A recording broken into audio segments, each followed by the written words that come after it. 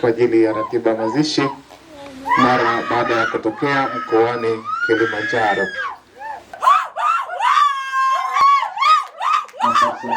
Ni vilio pamoja na majonzi vikiwa vimetawala katika kijiji cha Ngurdoto, kitongoji cha Mburiashi, kati ya Maji ya Chai wilayani Arumeru mkoani Arusha, wakati mwili wa Neema Tanaeli Mbise ukiingizwa nyumbani kwake baada ya kufariki dunia Jumatano ya wiki iliyopita kwa kudaiwa kunyongwa na mume wake, siku moja tu baada ya mtuhumiwa huyo kuchimba mashimo mawili uani kwake akidai kwamba ni makaburi. Mimi naitwa Moses Letaulo Ayo, na mwenyekiti wa kijiji.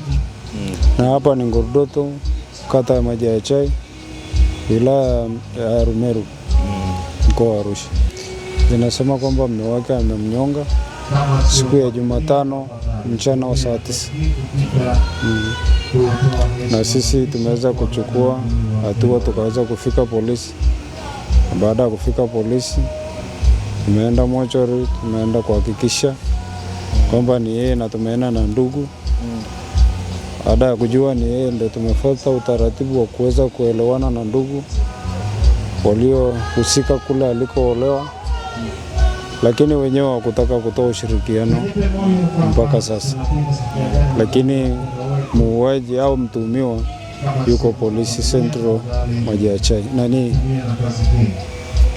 Moshi mjini. Hawapo. Hata mochori tumeenda, nimetoka pale mochori hawajaonekana. Na jana watoto waliletwa polisi, na baada ya kuletwa polisi watoto waliletwa hapa marehemu alikozaliwa na ndiko wanakozikwa. Kwa hiyo watoto wake wako hapa wawili. Kukataa kuja ni uoga. Wao wanasema kwamba Arumeru si ni hatari na hatuwezi kwenda kwa Arumeru maana tutauawa, hawatatuelewa.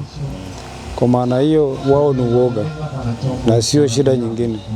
Na kwa sababu hiyo kwamba ni uoga, wameona kwamba wao waache watu wakazike, na wamedai kwamba wanataka wao wazike, kama ni maridhiano wakae wakubaliwe, kama ni mahari walete, kama ni deni lolote walipe.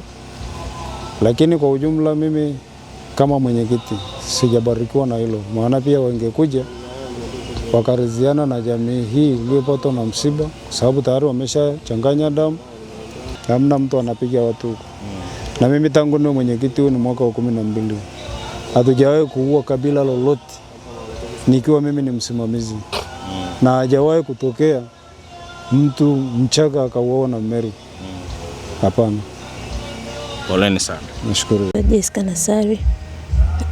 Mimi ni kama dada yake na Neema, mimi ndo nilimpokea Arusha. Ambavyo hawajaja wamezidisha taharuki kwa sababu tumeona kwamba hamna ushirikiano. Sidhani kama kuna mtu ambaye ni siku ya mazishi wanamzika ndugu yao, alafu akapata nguvu ya kusema anamshambulia mtu kama wao wanavyowaza kwamba tukienda Meru tutashambuliwa. Hapana. Hilo ni mawazo ambayo sio mazuri. Wangekuja wakazika na mambo mengine yangeendelea na kuelewana ingekuja tu. Wangekuja kama familia, kila familia ina viongozi. Kule familia yao ina viongozi na familia ya Arumeru pia wana viongozi. Wangekuja viongozi wa ile familia au ukoo wakaonana na viongozi wa huko, kila kitu kingekaa sawa. Lakini wao wamefanya hivyo kama vile wamesusia msiba. Lakini wangekuja ingekuwa jambo zuri, lakini wao wamehususia msiba. Wangekuja kumzika Neema, wangeona kweli kwamba huyu ni mtu wao, wameishi naye kwa kipindi kirefu, amewazalia watoto wawili, lakini leo imetokea ghafla hawajaja kuzika. Wamefanya makosa makubwa. Wangekuja kuzika tu na mambo mengine yaendelee. Wao wamebaki Moshi, sisi tunalia, alafu wao wako Moshi. Wangekuja tu kuzika, mambo mengine yaendelee. Hakuna kitu ambacho hakizungumziki. Wangekuja kama familia, wakazungumza na familia hii, kila kitu kingekaa sawa, kwa sababu wana familia sio Arumeru tu. Watu wote, kabila lolote wanajua kwamba mtu akifariki sio tu kwa sababu Neema amekufa kwa staili hiyo, hapana.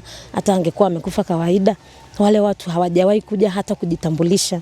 Wangekuwa wameenda kwenye ile familia hata kujitambulisha, wangeeleweka. Kwa majina yangu mimi naitwa Barakaeli Alexander Mbise, na hapa ni kwa babu yangu, na huyo aliyefariki ni shangazi yangu, babu yangu mdogo.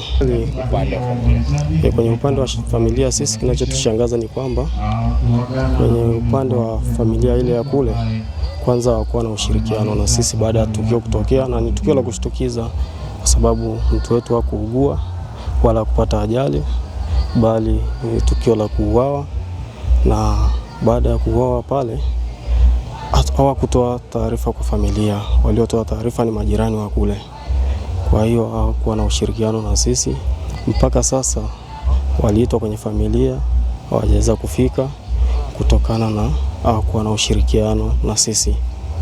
Kwa hiyo imekuwa ni jambo ambalo la kusikitisha kwetu, linatuumiza, na upande wa kule pia wao hatujawaona mpaka sasa hivi. Tukaamua tuje kumzika mtu wetu nyumbani kwa kuwa yule bwana naye alikuwa naye kule afahamiki nyumbani huku. Kwa hiyo tunaweza kusema kwamba mtoto wetu hakuwahi kuolewa. Kiukweli wao walidai hivyo, japokuwa sisi hatukuwa na shida nao, tulihitaji maridhiano, na wangekubali kuwa na maridhiano na sisi na familia hii ya mahali hapa, hata mtu wetu pia angezikwa kule kwao. Lakini kutokana na kuwa na ushirikiano na sisi, tukaona tumchukue mtu wetu tuje kumhifadhi nyumbani. Ndio.